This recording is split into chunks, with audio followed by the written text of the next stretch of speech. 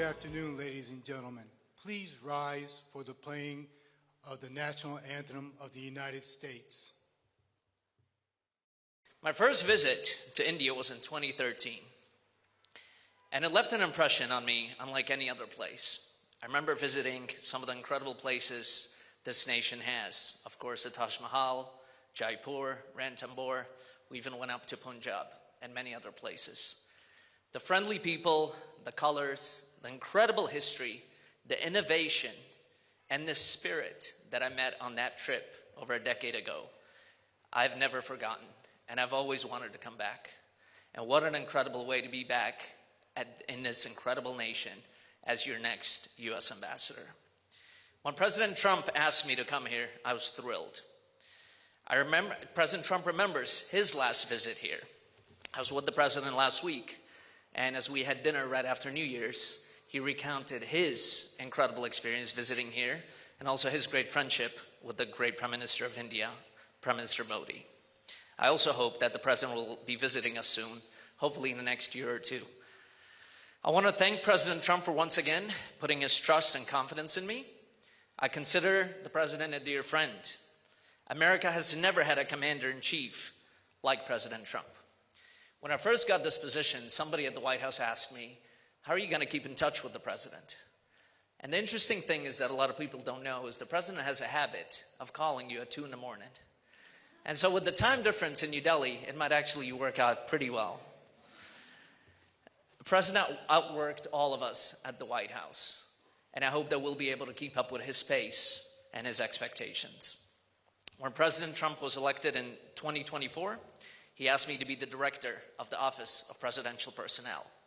That meant hiring thousands of individuals across our entire federal government, from U.S. attorneys to ambassadors, and every political hire across every department in the United States government, including the State Department.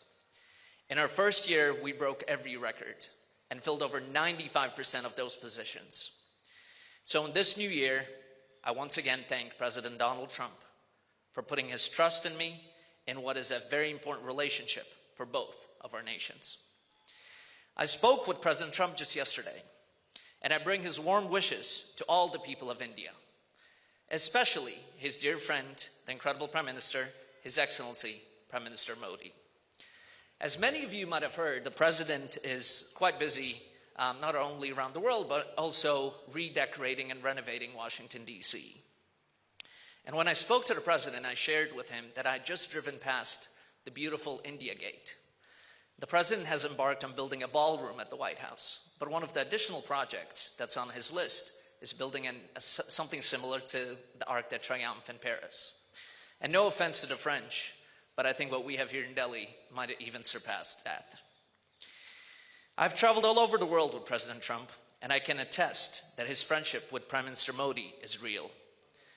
The United States and India are bound not just by shared interest, but by a relationship anchored at the highest levels. Real friends can disagree, but always resolve their differences in the end.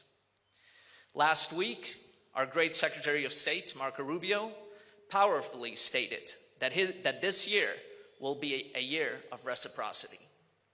We are raising the standard for diplomacy itself. That means fair trade, mutual respect, and shared security. Many of you have asked me for an update on the ongoing trade deal negotiations. Both sides continue to actively engage. In fact, the next call on trade will occur tomorrow. Remember, India is the world's largest nation, so it's not an easy task to get this across the finish line, but we are determined to get there.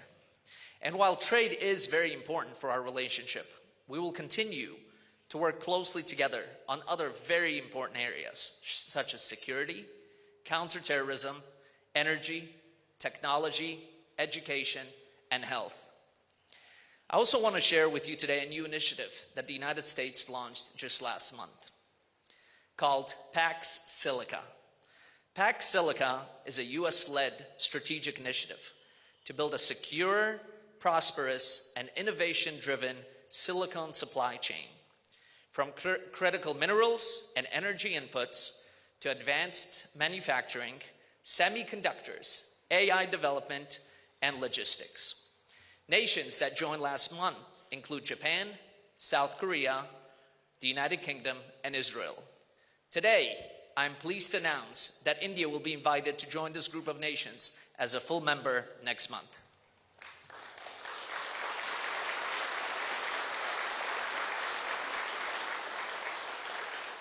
As the world adopts new technology, it is essential that India and the United States work hand in hand from the very start of this initiative. I thank the people of India for a very warm welcome. You are resilient people. You are innovative. You are spiritual.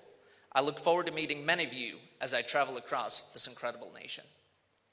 To the staff here at the embassy, I'm excited to work with you. You and I have an incredible once-in-a-lifetime opportunity to redefine diplomacy. What it can accomplish could be the most consequential global partnership of this century. No partner is more essential than India. In the months and years ahead, it is my goal as ambassador to pursue a very ambitious agenda. We will do this as true strategic partners, each bringing strength, respect, and leadership to the table.